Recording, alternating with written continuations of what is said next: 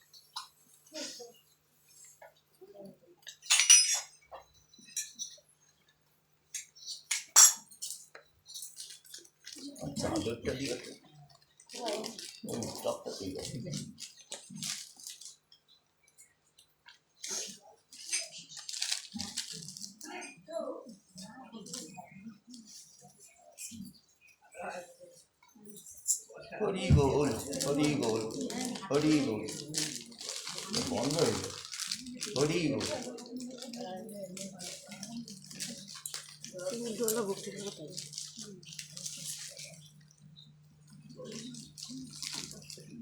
হরে কৃষ্ণ হরে কৃষ্ণ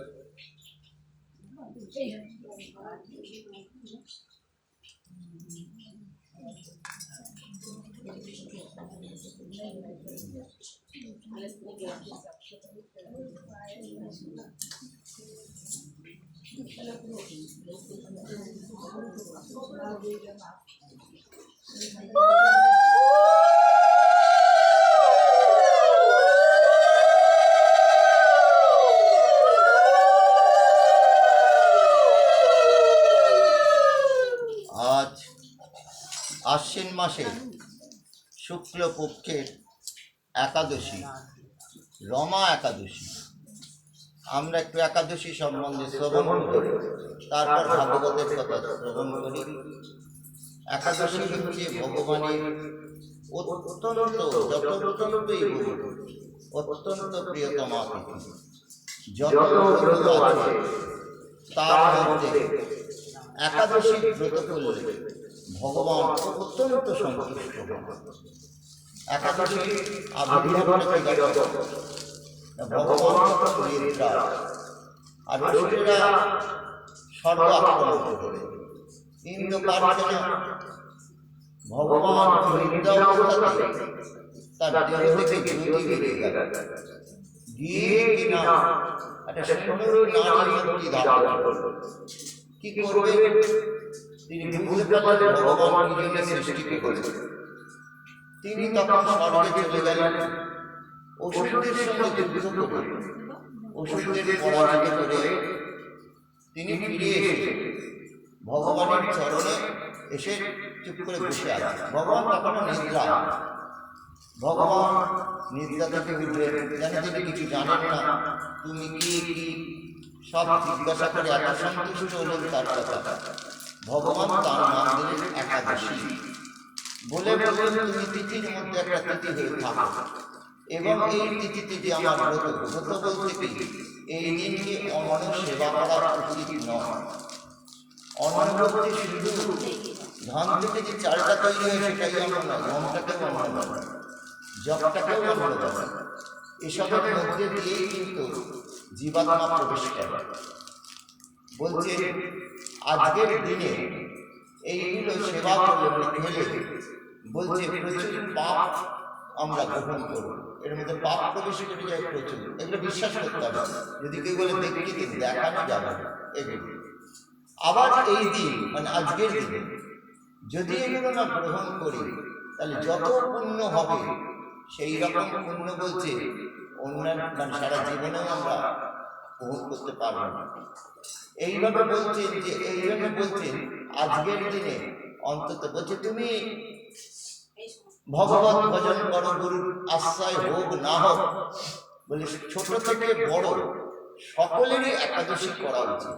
কারণ আমরা এই যে দুঃখ পাচ্ছি, কষ্ট পাচ্ছি, ব্যাধি এসব হচ্ছে পাপের ফল। এই পাপ থেকে কি করে দূরীভূত হওয়া যায়? বলে একাদশী ব্রতের দ্বারা কিন্তু পাপ থেকে দূরীভূত হওয়া যায়, এইরকম ভাব। সেই জন্য বলছে সকলে। এইবার যদি বলে ভগবানের একাদশী, কিন্তু ভগবানকে আপনি যে প্রসাদটা ভোগটা নিবেদন করলেন সেটা সেবা করবে কি? সেই জন্য আমরা সেই দিনকে এইরকম করি। সেই যেন হাতে ধরে বলছে যে একাদশীটা করো, একাদশীটা করো। এই একাদশীর মধ্যে আবার মহাপ্রভুর অনুগতই আমরা যারা ভজনা করি, আমাদের 8টি মহাদ্বাদশী আছে। উন্মিলনী, বাঞ্জলি, তৃষ্পিষা, পক্ষবর্ধিনী, জয়া, বিজয়, এরকম করে আসে 8টি মহাদ্বাদশী। 4টে আছে তিথি অনুযায়ী হয়, আর 4টে নক্ষত্র অনুযায়ী হয়। যেমন ধরুন পক্ষবর্ধিনী মহাদ্বাদশী শুক্লপক্ষে আপনার পূর্ণিমার আগে হয়, আর কৃষ্ণপক্ষে অমাবস্যা, যেমন অমাবস্যা আসবে তার আগে। বলছি পূর্ণিমা আর অমাবস্যা তিথি যদি 24 ঘন্টারও বেশি থেকে যায় তাহলে তার একাদশী, তার আগে যে একাদশীটা আসবে সেটা পক্ষবর্ধিনী হয়ে যাবে। তা বলছেন তুমি যদি শারীরিকভাবে সমর্থ হও তাহলে একাদশীর দিন উপবাস করো, দ্বাদশীর দিন উপবাস করো, তারপরের দিনে পালন করো। কারণ একাদশীর ব্রত করলে পালন করা অবশ্য কর্তব্য। পালন বলতে আমাদের পঞ্জিকায় দেখবেন একটা সময় থাকে, যেমন আগামীকাল আছে 9:28 মধ্যে। 9:28 মধ্যে মানে হচ্ছে সূর্যোদয় থেকে শুরু হয়ে যাবে।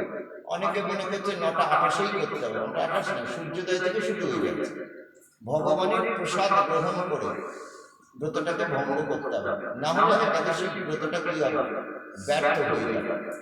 সেই জন্য বলছে যে 2 দিন উপবাস করে তুমি তারপরের দিন পালন করো। কিন্তু যদি শারীরিকভাবে অসমর্থ হও বা কোনো কারণে, একাদশীর দিন যেমন সাধারণভাবে তুমি যা খাদ্য গ্রহণ করো করো, কিন্তু দ্বাদশীর দিন তোমাকে একাদশীর মতো পালন করতে হবে। কারণ মহাদ্বাদশী একাদশীর থেকে বেশি আর কি মাহাত্ম্যপূর্ণ।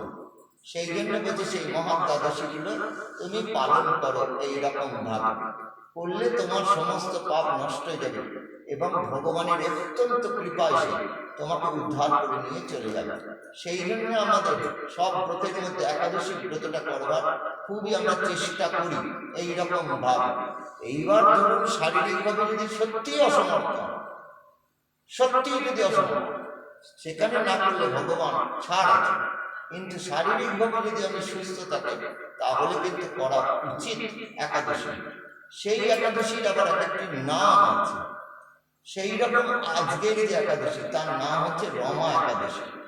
সেই বলছেন এখানে যুধিষ্ঠির শ্রীকৃষ্ণকে জিজ্ঞাসা করেছিলেন কার্তিক মাসের যে কৃষ্ণপক্ষে যে একাদশী তার নামই বা কি, মাহাত্ম্যই বা যদি কৃপা করে বলেন। তখন শ্রীকৃষ্ণ বলছেন, মহারাজ এই একাদশীর নাম হচ্ছে রমা, রমা নামে বিখ্যাত। এই একাদশী হচ্ছে মহা পাপ ও দুরকার, মানে যত পাপ সব দূরীভূত হয়ে যাবে বলে বলছেন, তুমি এর মাহাত্ম্য শ্রবণ করো, মনোযোগ দিয়ে শোনো বলে বলছেন। পুরাকালে মানে বহুদিন প্রাচীন কালে মুচকুন্দ বলে এক রাজা ছিলেন, সুপ্রসিদ্ধ রাজা। বলছেন তার সঙ্গে দেবরাজ ইন্দ্র, যম, বরুণ, গণপতি, কুবেরের সঙ্গে বন্ধুত্ব ছিল। তাই তিনি এমনকি ভক্তশ্রেষ্ঠ বিভীষণের সঙ্গে তার বন্ধুত্ব ছিল। এইরকম তিনি খুবই বিষ্ণু ভক্ত ছিলেন, সত্য প্রতিজ্ঞ ছিলেন, ভগবানের স্ত্রী এবং ধর্ম অনুসারে রাজ্য শাসন করেন। চন্দ্রভাহা নামে তার একটি কন্যা ছিল। চন্দন সেনের পুত্র শোভনের সঙ্গে সেই চন্দ্রবাবার বিবাহ হয়েছে। তা এই কিনা মুচকুন্দ রাজা শুনলেন, খুবই কিনা ধার্মিক ছিলেন, ধর্ম অনুসারে শাসন করতেন। তিনি এখন একাদশী ব্রত করতেন। তার ওই জামাতা শোভন এসেছেন শ্বশুর বাড়ি। এখন তার পরের দিন হচ্ছে একাদশী। রাজা রাজ্যে ঘোষণা করে দিয়েছে ঢোল পিটিয়ে যে আগামীকাল একাদশী, কেউ কিনা অন্য কিছু খাবে না, মানে একেবারে নির্জলাই একরকম বলতে পারে এরা একাদশী ব্রত করতে হবে। এইবার শোভনকে এসেছে শ্বশুর বাড়ি। শোভন আবার না কে থাকতে পারে না, সে ভীমের ক্ষুধা সহ্য করতে পারে না, তৃষ্ণা পিপাসা সহ্য করতে পারে না। এইবার আসতে চন্দ্রভাগা তখন মনে মনে ভাবছে, হে ভগবান, আমার স্বামী তো ক্ষুধা সহ্য করতে পারে না, খুব দুর্বল। এখানে আমার পিতা তো ঘোষণা করে যাবেন, আমার পিতা খুব কঠোর, তার শাসন না মানলে তুমি খুব রেগে যাও, কি করা যায়? এইভাবে চিন্তা করতে করতে তিনি তার পত্নী এই পতি শোভনকে বলছেন, এইরকম ব্যাপার, তুমি তাহলে চলে যাও। শোভন সব শুনলেন, বললে কিন্তু আমার কি চলে যাওয়া ঠিক হবে, কি করি? এইভাবে দুজনে আলোচনা করতে করতে শোভন বলছে, পত্নী চন্দ্রভাগা, যা হয় তুমি বলছো আমাকে বিয়ে ফিরে যেতে, আমি বিয়ে ফিরে যাবো না। বলে দেখো, যদি বাবা জেনে ফেলে যে তুমি কিছু খেয়েছো, বাবা খুব রেগে যাবে, বাবা খুব কঠোর এসব ব্যাপার। বললে পত্নী, যা হয় আমি থাকবো, দেখি কি হয়। বলে তিনি এইরকম ভাবে থেকে গেলেন। তাহলে তুমি যা ভালো তাই বলছেন। একাদশীর দিন ভক্তদের খুব আনন্দ, তারা হরিনাম করছেন, ভক্ত সঙ্গ করছেন, ভাগবত শ্রবণ করছেন, কি আনন্দ সারাদিন। ভক্ত এক এক ভক্ত বলেন এরকম হয়েছে যদি হয় সারাদিন এরকম। কিন্তু এই শোভনের কি হলো, ক্ষুধা তৃষ্ণায় বড্ডই কিনা ক্লিষ্ট পাচ্ছে না। সূর্যোদয় আগে দেহত্যাগ হয়ে গেল। রাজা মুচকুন্দ খুব একেবারে সাড়ম্বরে তার সৎকার্য করে, আর চন্দ্রভাগাকে বললেন, তোকে আর শ্বশুর বাড়ি যেতে হবে না, তুই এখান থেকে যাবে। থেকে গেছে। বেশ কিছুদিন পর মুচকুন্দ রাজ্যে এক ব্রাহ্মণ, তার নাম সোম শর্মা, তিনি এখন চিত্ত ভ্রমণ করতে করতে করতে করতে মন্দরাচল বলে একটা পর্বতের শিখর, এইখানে দেখে কি সুন্দর একটা কিনা প্রাসাদ, কি অপূর্ব। আর সে প্রাসাদটা মানে মুঘল মানে ঘুরছে, এদিক ওদিক ঘোরাঘুরি করবে, স্থির নয় এইরকম।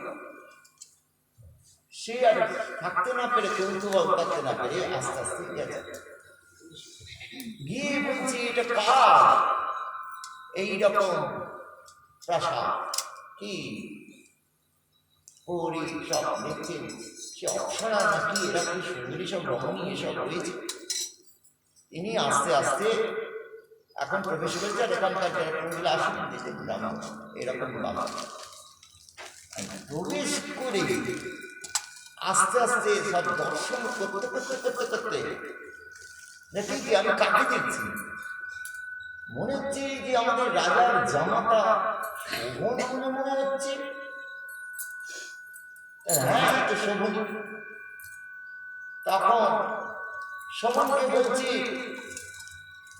তুমি এরকম ভাবে এত সুন্দর এরকম ভাবে সব প্রাসাদ এইসব পেয়েছেন কি করি। শোভন তখন সমস্ত ঘটনাটা যেরকম একাদশী ব্রত করে এরকম দেহত্যাগের পর আমাকে ভগবান এইরকম দিব্য শরীর দিয়ে এইরকম দিয়েছে বলে তখন তার পত্নী শ্বশুর তার রাজ্যের সব কথা জিজ্ঞাসা করছে বললেন। বলে তখন শোভন বললেন আপনি তাহলে চন্দ্রবাবুকে বলবেন যে আমি ভালোই আছি, আমি এইরকম এইরকম।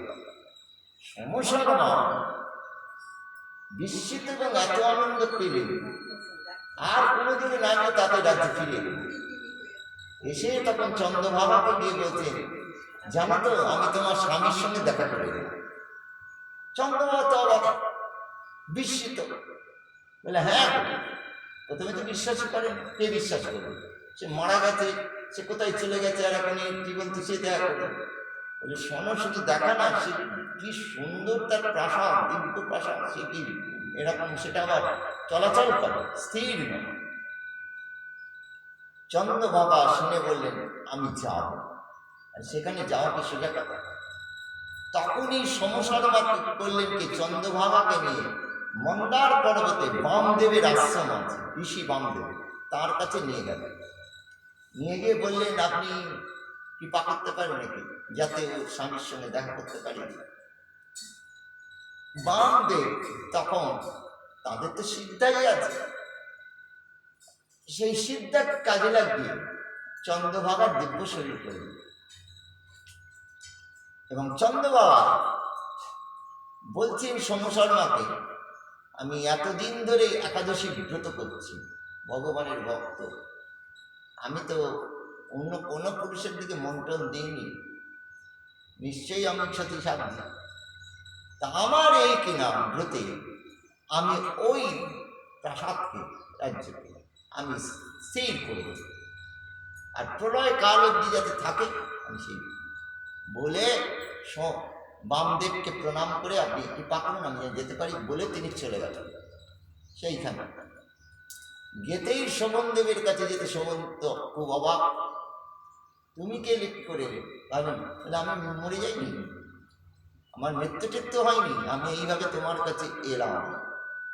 এসে সেই দুজনে মিলে তখন ভগবানকে জানালেন সব, দেখুন একাদশী ব্রতের কি মা, তার ভক্তের কাছে ভগবান কত, সেই কিনা তার প্রাসাদটাকে সম্পূর্ণ স্থির করে দিলেন, দিয়ে দুজনে মিলে তখন সেইখানে আনন্দেতে সেইখানে সেসব ভোগ করতে লাগলেন।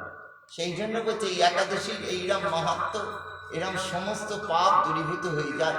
কিন্তু আমাদের কাছে কি প্রার্থনা, বললে আমাদের কাছে প্রার্থনা ওইসব প্রাসাদ প্রসাদ নয়, যাতে তার সেবা পায়, সেই কৃপা, সেই বলছেন এই একটা একাদশীতে যদি এত কৃপা হয় তো সব একাদশীগুলো করতে পারলে কি হবে।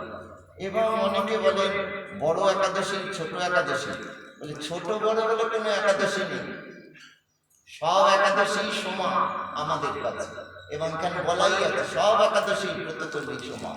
কারণ অনেকে বলেন এই একাদশীটা করবো, এই একাদশীটা করবো, মানে ধরুন স্বয়ং একাদশী, উত্থান একাদশী, এরকম ভাবে বলে ভীম একাদশী, এইরকম ভাবে সে ক্ষমা বলেছে। কিন্তু আমাদের শাস্ত্রে সব একাদশী সমান। এবং বলছে ধরুন যদি কোনো একাদশী কোনো কারণে আপনি করতে না পারেন, শারীরিকভাবে হয়তো করতে পারছেন না, তার উত্তরে বলছে, তখন অনেকে জিজ্ঞাসা করে বাবা আমি তাহলে কোন একাদশীতে ধরবো? বলে পরের একাদশীতেই করবেন, আবার শুরু করে দেবেন, একদম আপনি চিন্তা করবেন না, এইরকম বার। এবং বারবার বলছেন। এবং অনেক সময় আর একটা জিনিস হচ্ছে, অনেক সময় দেখা যায় আমাদের পঞ্জিকায় যে একাদশীটা থাকে স্মার্ত মতে, আমাদের দেখা যায় মহাপ্রভুর অনুগত হয়ে যারা সাধন ভোজন করি, আমাদের পরের দিন হয়ে যায়, পড়াহি হয়ে যায়। তা অনেকে ভাবে যে আমাদের বোধহয় বৈষ্ণব মতে সব একাদশী পড়ায়, সব একাদশী পড়াহে নয়। কারণটা কি না, আমাদের সাধারণত তিথি শুরু হয় সূর্যোদয় থেকে, সূর্যোদয় থেকে তিথি শুরু হয় এবং তারপরের দিন সূর্যোদয়ের আগে পর্যন্ত সেই দিন আমাদের সূর্যোদয় থেকে দিনটা শুরু হয়। তা সূর্যোদয়ের সময় যে তিথিটা থাকে, আমরা পূর্বে একদিন শুনেছিলাম, সেই তিথিটাই আমরা সারাদিন ধরি। ধরুন সূর্যোদয়ের সময় যদি আজকে দশমী থাকতো আর সারাদিন যদি একাদশী থাকতো, তাহলে আজকে আমরা একাদশী করতাম না, আগামীকালই একাদশী করতাম, কারণ পূর্ব বিদ্যা দশমী বিদ্যা হয়ে যাচ্ছে, সেই জন্য এটা গ্রহণযোগ্য নয়। তা বলছে আমাদের হরিভক্তি বিলাস মতে বলছে যে অরুণোদয় ধরতে হবে, একাদশী তিথিটাকে অরুণোদয় থেকে ধরতে হবে, মানে সূর্যোদয়ের আগে 96 মিনিট আগে, যখন সূর্য ওঠেনি কিন্তু আলো দেখা যাচ্ছে, একে বলে অরুণোদয়। বলে অরুণোদয়ের সময় যখন দশমী আছে কিন্তু সূর্যোদয়ের সময় একাদশী আছে, যার জন্য একাদশীটা ধরলো। কিন্তু সূর্য অরুণোদয় যেহেতু দশমী আছে, একাদশী নেই, সেই জন্য আমরা সেইটাকে পূর্ব বিদ্যা বলে সেটাকে বাদ দিয়ে আমরা পরের দিনে করছি, একাদশী না থাকলো। কারণ অনেকেই বলেন একাদশী নেই, একাদশী করছে, একাদশী কি মাহাত্ম আছে? না, শাস্ত্র বলেছে, শাস্ত্র অনুযায়ী আমরা সেইভাবে একাদশী ব্রতটা পালন করছি এইরকম ভাবে। তাই এখানে বলছে যে সেইভাবে আমাদের মাঝে মাঝে পড়াই হয়ে যায়, সবসময় হয় না, মাঝে মাঝে হয়ে যায়। আর 8টা যে মহাদ্বাদশী সেটাও মাঝে মাঝে হয়, সেটার কোনো ঠিক নেই যে এ মাসে হবে কি ও মাসে হবে, সে তিথি অনুযায়ী নক্ষত্র অনুযায়ী হয় এইরকম ভাবে। সেই জন্য বলছে সেই একাদশী ব্রত যেমন করবে, পালনটা কিন্তু অবশ্যই করবে, পালন না করলে কিন্তু একাদশী ব্রত ব্যর্থ হয়ে যায়। এবং সে শৈব হোক, শাক্ত হোক, গণপত্য হোক, সে কিনা বৈষ্ণব হোক, যেই হোক না, সকলেরই একাদশী ব্রত করা উচিত, উচিত এই কথাটা বলছে। এবং একাদশী ব্রত করলে আপনার সর্বপাপ নষ্ট হয়ে যাবে, দুঃখ কষ্টের অবসান ঘটে যাবে এইরকম ভাবে। সেই তাদের চরণে প্রণাম জানিয়ে আমরা একটু ভাগবত শ্রবণ করি।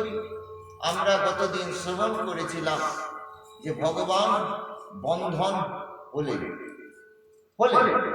যশোদা যে বন্ধন করলেন বলা হল না, তিনি বন্ধন হলেন। সেই বন্ধন হতে তখন বললেন শুকদেব মহারাজ, যে কৃপা ব্রহ্মা পাননি, যে কৃপা লক্ষ্মী দেবী পাননি, কেউ পাননি, সেই কৃপা কিনা যশোদা পেলেন এইরকম ভাবে।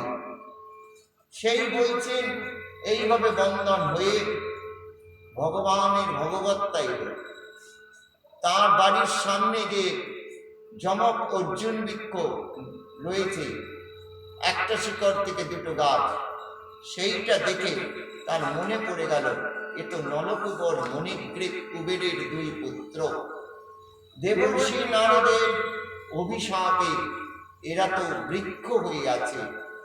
নারদ তো আমার বড় ভক্ত, তাহলে তার কথা তো রাখতে হবে। কারণ নারদ বলেছে তোরা যা, কোথায় বৃক্ষ হয়ে থাকে। ঘটনা হলো কি না, নলকুবর মণিগ্রীব স্বর্গের গঙ্গায় অপ্সরাদের নিয়ে বারুণী মদিরা পান করে, এই যে বারুণীর মদিরাম পিত্বা মদা ঘূর্ণিত লোচন শ্রী জনই অনুরাগাস্তি চরত পুষ্পিতে বলে, এই যে বারুণী মদিরা পান করে বাহ্যিক জ্ঞান হারিয়ে বিভস্ত হয়ে তারা কিনা ওই অপ্সরাদের নিয়ে স্বর্গের গঙ্গার জলে আনন্দ করছে। ঠিক সেই সময় নারদ সেখানে এসে পড়ে, ইচ্ছে করে না, তিনি এসে পড়ে। এসে পড়ে নারদ সেখান দিয়ে দেখেই অপ্সরারা তো জল থেকে উঠে পড়ল, তারা ঠিকঠাক হয়ে গেল, হয়ে প্রণাম করছে। কিন্তু এদের আনন্দে ব্যাঘাত ঘটায়, এরা রেগে গিয়ে নারদকে নানা রকম অপমান করতে শুরু করে, জলে দাঁড়িয়ে দাঁড়িয়ে। নারদ উপেক্ষা করে চলে যাচ্ছে। ওরা করল কি এইবার, জল থেকে উঠে ওই অবস্থায়, মানে বিভস্ত অবস্থায় উঠে নারদকে নানা রকম কুৎসিত অঙ্গি ভঙ্গি অপমান যেন কথাবার্তা এইসব বলতে শুরু। তা এইরকম ভাবে যখন করছে, নারদ তাও উপেক্ষা করে যাচ্ছে, কিন্তু ওদের ওই আচরণ আর থামে না। নারদ তখন দাঁড়িয়ে গেল। নারদ তখন মনে মনে ভাবছেন, এরা তো দেবতার পর্যায়ে পড়ে, সত্যগুণী হয়ে কিনা তমগুণের কার্য করছে, এদের গতিটা কি হবে? আমি নয় ছেড়ে দিলাম, ভগবান তো ছেড়ে দেবে না। আর এইরকম যদি আরো সাধু ঋষি মুনিকে করে তাহলে কি হবে? তিনি ঘুরে দাঁড়ালেন, গিয়ে বোঝায় ওদের তো আরোই কিনা আচরণ খারাপ। বলে না, এদের বুঝিয়ে পারা যাবে না, এদের অভিশাপ। দেখুন সাধু সঙ্গের কি মাহাত্ম্য, অভিশাপও বড় হয়ে গেল। এরা তখন অভিশাপ দেবার আগে নারদ বলছেন যে যতক্ষণ না কেউ ব্যথা পায়, ধরুন পায়ে কাঁটা ফুটেছে, সেই কাঁটার ব্যথা যতক্ষণ না পায় ততক্ষণ কিন্তু সে বোঝে না। এরাও সেই রকম।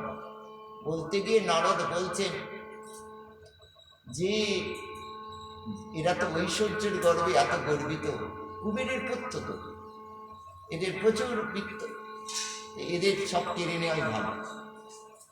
যারা এই রকম করে এবং বলছেন যে দরিদ্র হওয়া ভালো, সাধু সঙ্গ করব। সাধুরা সকলের কাছে সমান, এদের তো সঙ্গ করার সময় নেই।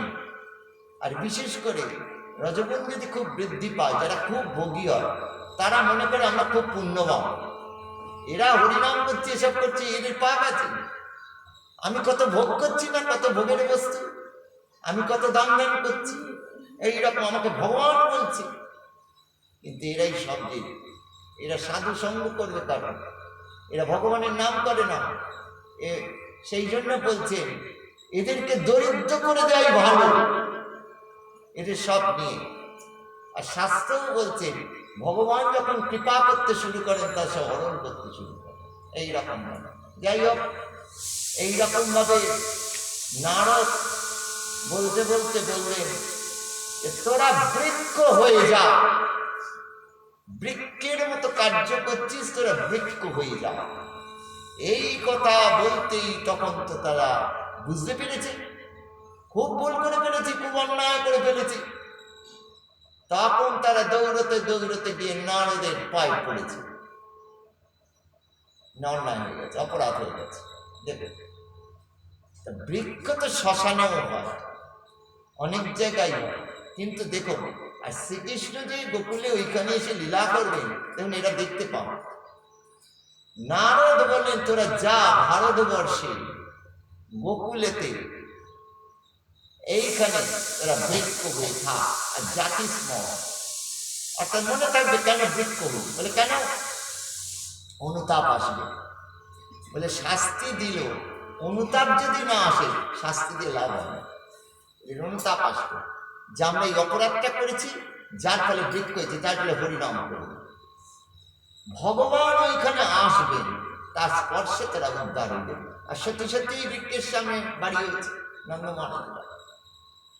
সেই সমস্ত কথা তার মনে পড়ে গেল, ভগবানের মনে পড়ে গেল যে ভগবানের স্পর্শে উদ্ধার করতে হবে। এটা কিন্তু বৈষ্ণব পুরাণ বড় আমরা শুনেছি একদিন। কিন্তু দেখুন ভগবান নিজের আইনটাকে সেটাকে দূরে সরিয়ে দিল। আমার ভক্ত বলেছে, আমার পরম ভক্ত যে বলেছে যে একে উদ্ধার করতে হবে, তাই বলছেন সেই সমস্ত কথা ভগবানের মনে পড়ে গেল।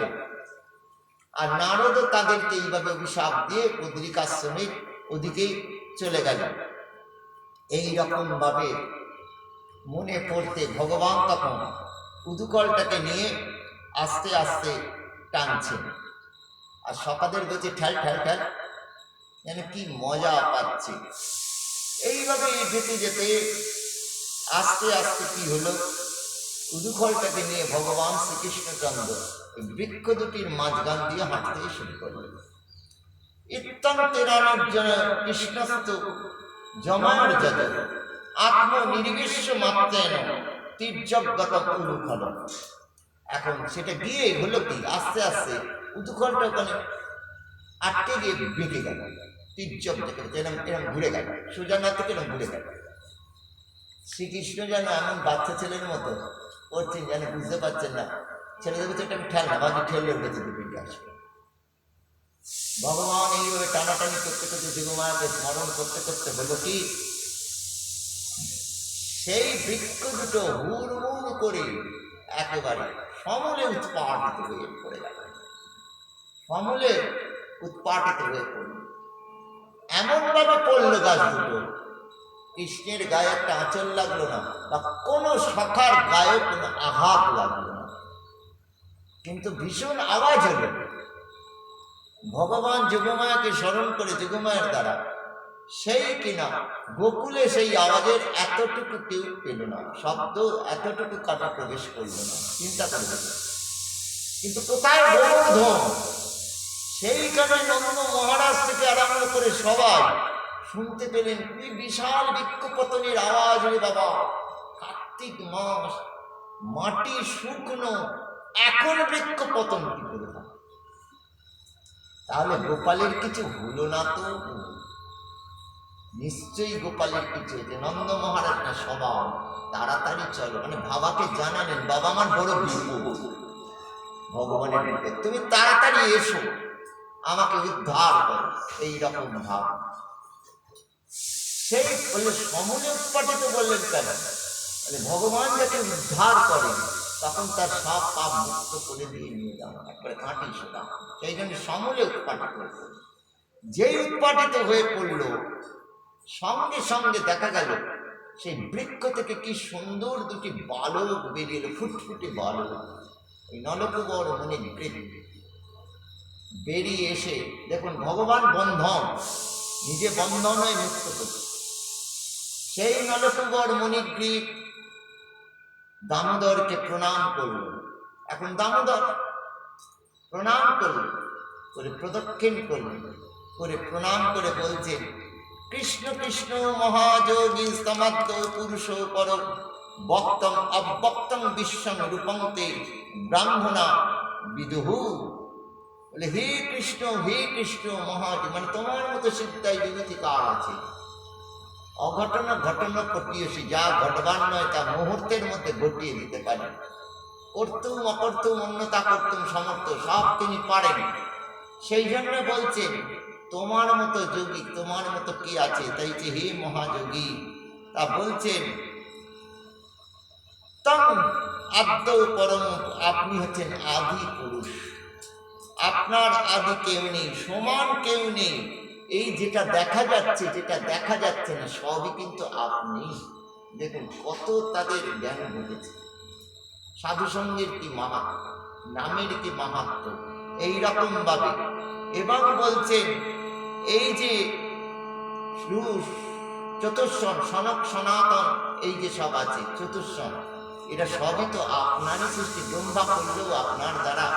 এইরকম ভাবে বলতে গিয়ে বলছেন এই সমেব সর্বভূতানাং দেহ সাত্মেন্দ্রিয়েশ্বর তমেব কাল ভগবান বিষ্ণুর অব্যয় ঈশ্বর।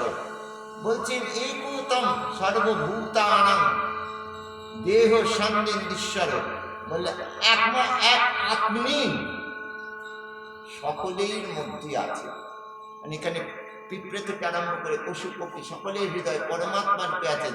আপনি কতটা জ্ঞান হয়েছেন, আপনি ঈশ্বর, সকলকে পালন করছেন, রক্ষা করছেন। তা প্রভু যে একবার আপনার চরণে শরণাগত হয়, সত্যি জ্ঞানোদয় ঘটে। তার আর ইন্দ্রিয়ের এইসব বিষয় ভালো লাগে না। ভালো লাগে, এই শুনছো? তা বলছে ভালো লাগে না এইরকম ভাবে। তখন মানে আহা, ওই অমৃত আরো পান করা যায় কি করে, আরো ভগবানের কথা শুনবো, আরো ভক্ত সঙ্গ করবো, কি আনন্দ হরিনাম করি। এই যে হরে কৃষ্ণ নাম করে যান আপনারা, এক একজন বলে একই নাম করে যাচ্ছে, কি ভালো, তুমি বুঝবে না। এই রস একবার যে পেয়েছে সে আর ছাড়তে চায় না, মনে হয় আরো করি, আরো করি, আরো করি, আরো করি, এইরকম ভাবে।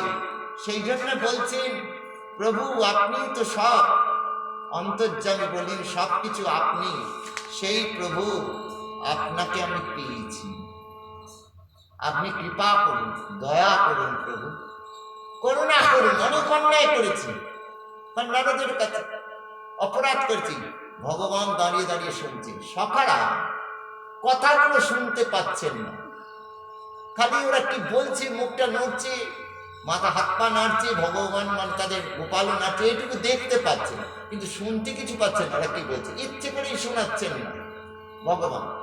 আমি যদি বুঝতে পারি আমি ভগবান, তাহলে তো এইরকম আচরণ করবে না আমার সঙ্গে, তারা কালাও করবে না, কিচ্ছু করবে না। সেই জন্য ইচ্ছে করে এইরকম ভাবে। তা বলছেন নমঃ পরম কল্যাণ নমঃ পরম মঙ্গল বাসুদেবায় শান্তায় যোজনাং পতয়ে নমঃ। বলে আমাদের আর কি আছে, আপনি পরম কল্যাণময়, তাই আপনাকে আমি প্রণাম করি। যখন সত্যিকারের জ্ঞানোদয় ঘটে, দেখা যাচ্ছে আচার্যগণ এইরকম, তারা শেষকালে বলছে আমরা আর কি জানি কি বলবো, আপনাকে প্রণাম করি, প্রণাম করবেন আপনার শরণাগত, আপনার চরণে প্রণাম করি, বলুন। এইরকম ভাবে, এইরকম ভাবে বলতে গিয়ে বারবার বলছে কৃপা করুন, কৃপা করুন, দয়া করুন, করুণা করুন, বলতে বলতে এইবার বিদায় চাইছে। তখন বলছেন প্রভু এতটাই যখন কৃপা করলেন, যতটুকু আয়ু আছে সেই আয়ুটা দিয়ে যেন বাণী গুণান কথনে শ্রবণ কথায়ম হস্ত চকর্মসু মনস্তব পাদয়ন স্মিতাং শিরস্তব নিবাস জগৎ প্রণামী দৃষ্টি শতাংশ দর্শনেস্তু ভগত্তনূনা। এই যে দেহটা আছে প্রভু, এই দেহটা দিয়ে যেন একান্ত আপনার একান্ত ভক্তের সঙ্গ করতে পারি, তাদের মুখে যেন হরিকথা শুনতে পাই, এবং এই জিহ্বা দিয়ে যেন হরিকথা বলতে পারি। অর্থাৎ বলতে চাইছেন সব ইন্দ্রিয়গুলো দিয়ে যেন আপনার সেবা করে যেতে পারি, আপনার ভক্তের যেন সেবা করতে পারি, দয়া করুন, কৃপা করুন।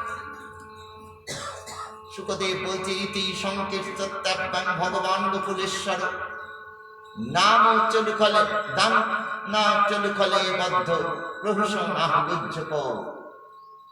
গুজ্জক মানে নলকুবর মানে ভগবান বন্ধন, ভগবান নিজে বন্ধন।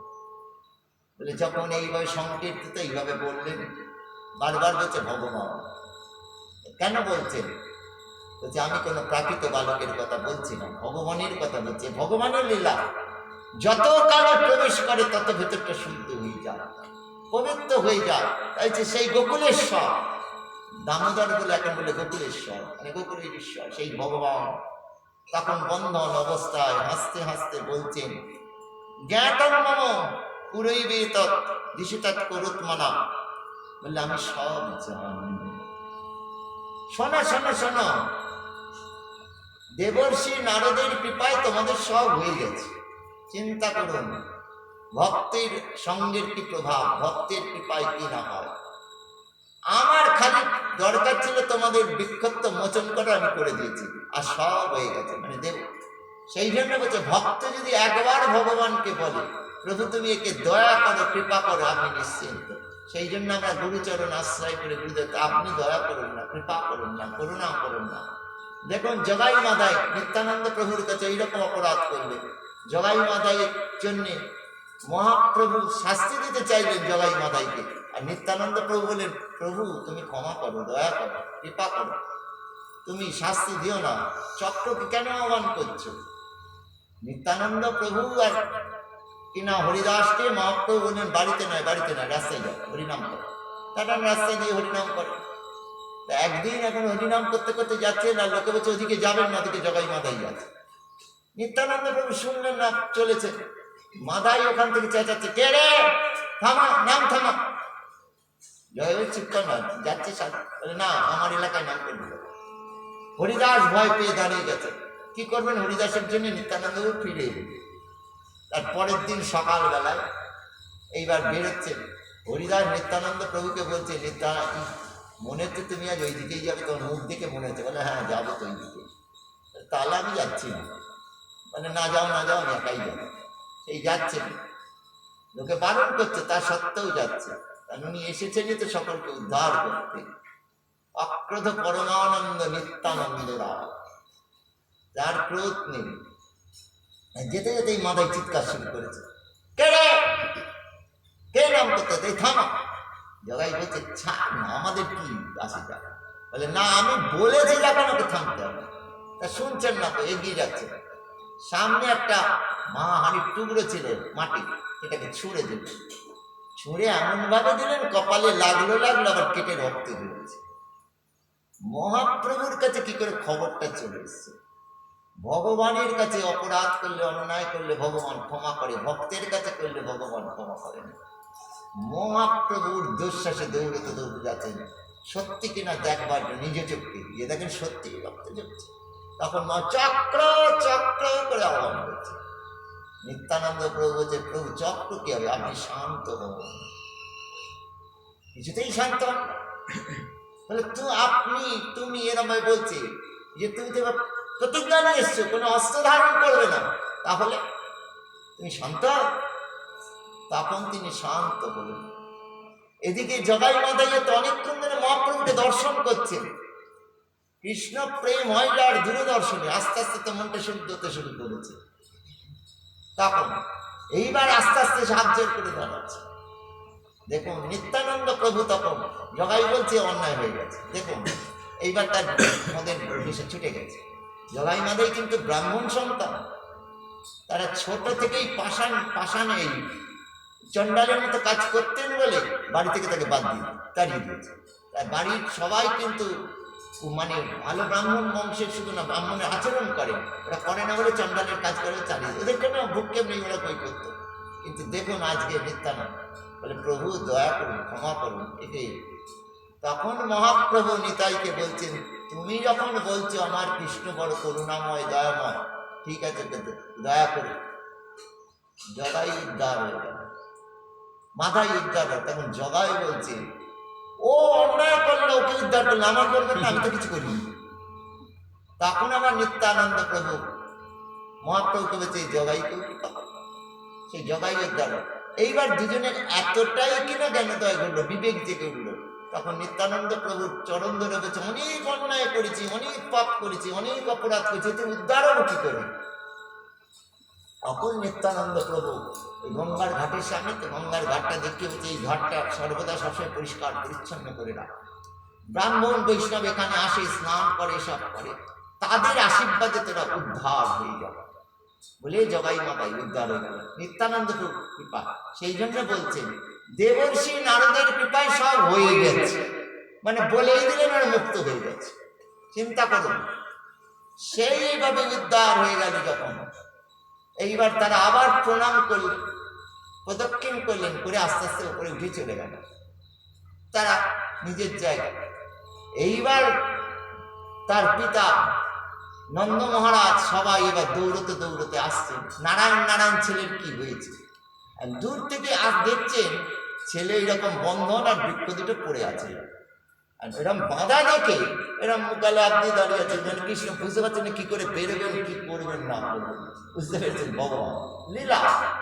তা বলছেন তারা দেখে তারা খুব হাসছে, মানে দেখতে বেশ সুন্দর লাগছে, বেশ ভালো লাগছে বেশ, কিন্তু গাছ দুটো পড়ে গেল কি করি, সবাই আতঙ্ক। গোপালের কিছু হয়নি তো, গোপাল তো এরকম দাঁড়িয়ে আছে, গাছ পড়ে কিছু হয়নি তো, এরকম স্থির হয়ে যাচ্ছে, নড়ছে না চড়ছে না, কি ব্যাপারে বাবা, এদিকে আতঙ্কে আবার আনন্দ করছে। এখন তারা কোনো রকমের গরুর থেকে দাঁড় করিয়ে লাভ দিয়ে সব দৌড়তে দৌড়তে এসে দেখে না গোপাল ঠিক আছে, আর দাঁড়িয়ে আছে, সে ভয়ে আতঙ্কে যেন কি বিশাল কিছু হয়ে গেছে। আর সবাই তখন বলছে কি বাঁধবই বা কি, আর বলছি গাছ দুটো পড়ে গেল কি করে। তখন সখারা বলছে, মহারাজ আপনারই তো ছেলের দড়ির টানেই গাছ পড়ে গেল। ছেলের দড়ির টানে, দড়িটা কিসে? মোটাও নয়, কিছুই না, মাথার চুলের দড়ি, আর ওইটুকু কম, ওইটুকু ছেলে, ওর টানে গাছ পড়ে যায়। কি সব আজে বাজে কথা বলছে। আরে মহারাজ, শুধু গাছটা পড়ে গেল না, এই গাছ থেকে না দুটো কি সুন্দর ফুটফুটে ছেলে বেরিয়ে এলো। তারা আবার আপনার পুত্রকে প্রণাম করলো, প্রদক্ষিণ করলো, ঘুরলো, প্রদক্ষিণ করে ঘুরলো, ছোট ছোট নমস্কার করলো। কি সব বলছিল ওসব শুনতে পায়, হাত পায়। এরা স্বপ্ন টপ্ন দেখছে, ঘুমিয়ে পড়েছে। গাছ থেকে আবার মানুষ বেরোবে, আবার মানুষ একটা উঠতে পারে না। কে বিশ্বাস করে না, কত করে বোঝানো। তখন বলেছে, দেখছা যা হয়েছে, ঠিক আছে, কোন আবার অপদেবতা রেখে যান। নন্দ মহারাজ তো বলে যাচ্ছে, তোর বান্ধবকে ছেলের একটা কথার উত্তর নেই। বাঁধছিল এখন কত চিৎকার চেঁচেন, আর এখন একটা কথা বলছেন। তখন বসে তিনি খুলছেন, আর শ্রীকৃষ্ণ বারবার কোমরের দিকে তাকাচ্ছেন যে বাবা কতক্ষণে খুলবে, দেখছেন। যেই খোলা হয়ে গেল, এইরকম ভাবে যেই খোলা হয়ে গেছে, সঙ্গে সঙ্গে কিনা এইরকম ভাবে কোলে যেই নিয়েছে, নিয়ে বলছে, তো এখনো বলে যাচ্ছে যে তোকে বাঁধলো কে? তখন গলাটাকে জড়িয়ে ধরেছেন নন্দ মহারাজ, জড়িয়ে ধরে কানে কানে বলছেন, বাবা তুমি খিদে বেঁধে বলবো, বাড়ি চলো না। আর এটা মা বেঁধে দিয়েছে, এর চিৎকার করে কাউকে বলতে আছে না, তুমি চুপ করো। সেই প্রভু মুক্ত হলেন, হয়ে দামোদর নাম গ্রহণ করলেন। সেই নাম হলো কার্তিক মাসে, এতই তার প্রিয়, ভক্তদের মুখে মুখে সেই ছড়িয়ে পড়লো। এবং সেই দামোদর বললে ভগবান অত্যন্ত খুশি হন, দেখালেন যে ভক্ত কত আমার প্রিয়। সেই জন্য বারবার বলছেন ভগবান যে আমার সবচেয়ে প্রিয়কে আমি সব ত্যাগ করতে পারি, কিন্তু ভক্তকে ত্যাগ করতে পারি না।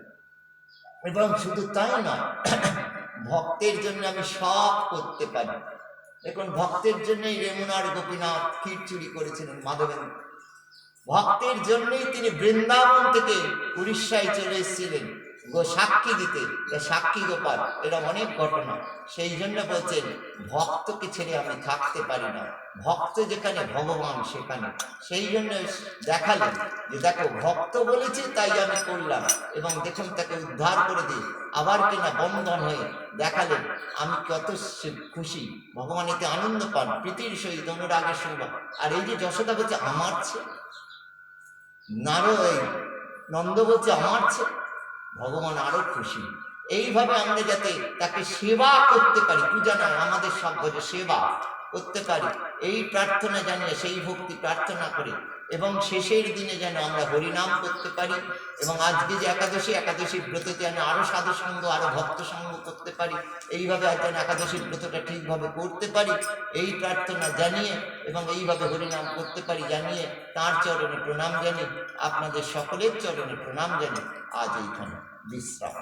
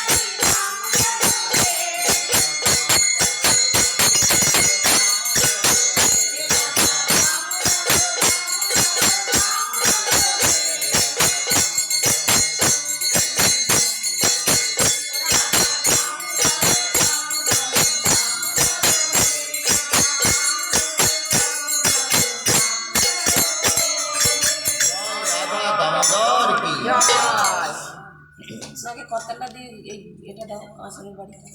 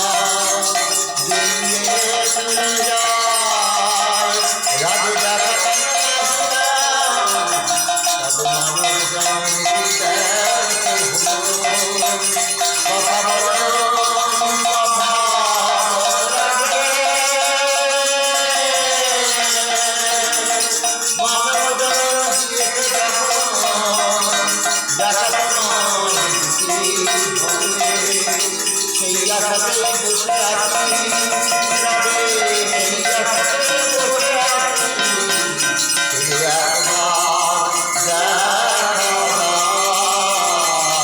শুধু একবার দেখা দাও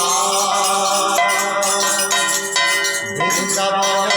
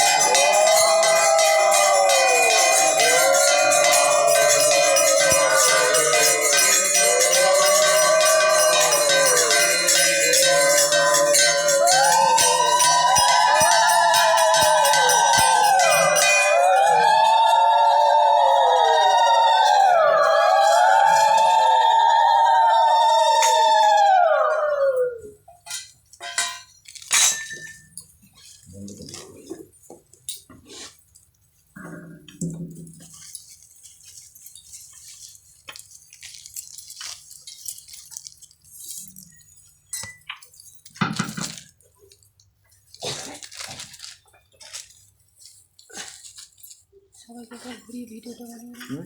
ঘুরিয়ে সবাইকে ভিডিওটা বানিয়ে নাও না, আগে বন্ধ করছি। ঘুরিয়ে ঘুরিয়ে সবাইকে